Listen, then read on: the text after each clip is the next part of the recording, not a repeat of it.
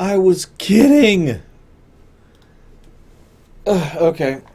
So, what we see here is a fascinating insight, little peek into galactic politics. I guess that would be would that be interstellar politics.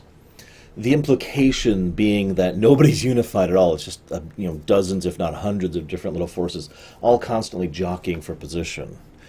So about 1200 AD, circa Europe, something like that. And we finally get to see the trial. I don't know if it's just a the thief race thing or not, but they mention how the Earthlings haven't even bribed their way out yet.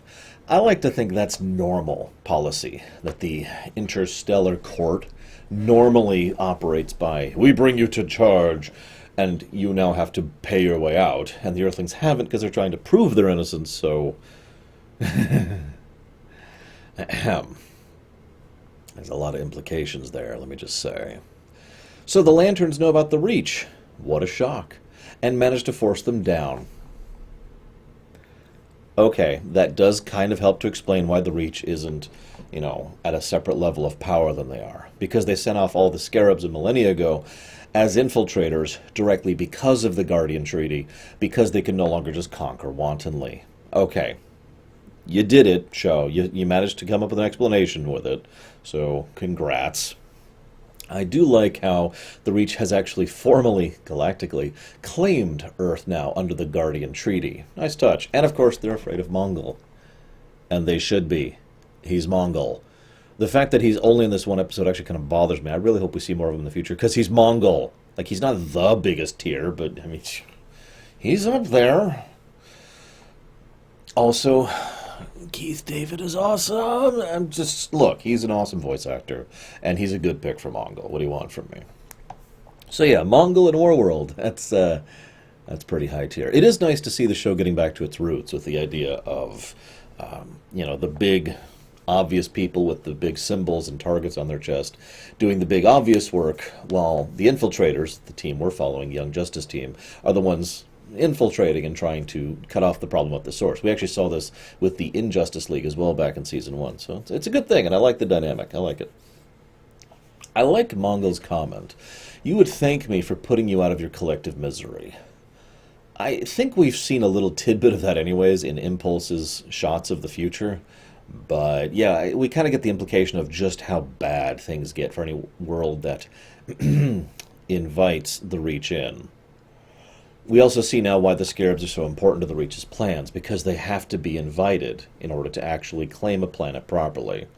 It also kicks the Lanterns out, so that's neat. Anyways, I love how Mongol effortlessly takes down Connor and Wonder Girl. I say that. You'd think they'd put up more of a fight, but as we've seen, Earth villains have been able to take down Connor and Wonder Girl before. As I've said before, the power levels have been brought down quite a bit, so, someone like Mongol should be able to basically the rest of them, and he does. He defeats them so soundly he doesn't even bother tying them up or killing them. Why would he? He just goes to destroy the planet. This is kind of interesting, because then the Reach has to make a decision. Do we let the planet get destroyed, or at least a very large chunk of the planet, like half the planet, get destroyed in this volley? Or do we put our cards on the table and say, all right, fine, here's what we've got. So they have now unveiled the fact that they do have a fleet, an actual military fleet. Now that could jeopardize the Guardian Treaty. That could cause issues with their being invited to Earth. There's a lot of potential flaws there.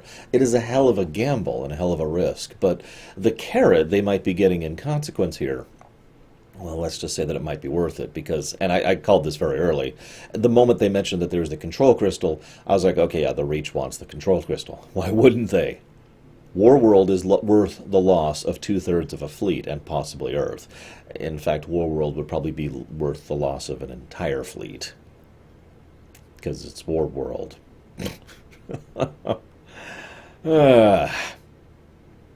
looking at my notes here. They take down Mongol because of his arrogance, of course. Mal has his little moment with Bumblebee, I can't remember her name. Yay. And then Beetle takes them on. Now, Beetle is, of course, pretty high tier, so it makes sense that he could take on the team, especially when we're still recovering from the Mongol fight and are completely not ready to fight. I do like how Arsenal completely freaks out at the idea of being taken again, and kind of leads to him actually managing to escape. The only one who escapes. So now things are even worse, and we have another plot thread kind of introduced. Although, kind of not. Maybe Mongol and War World won't be relevant? Maybe it's still part of the Reach plot thread?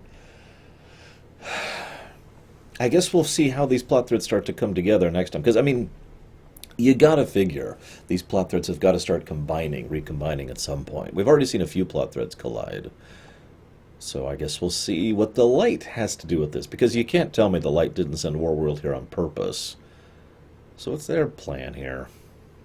Either way, I'll see you next time.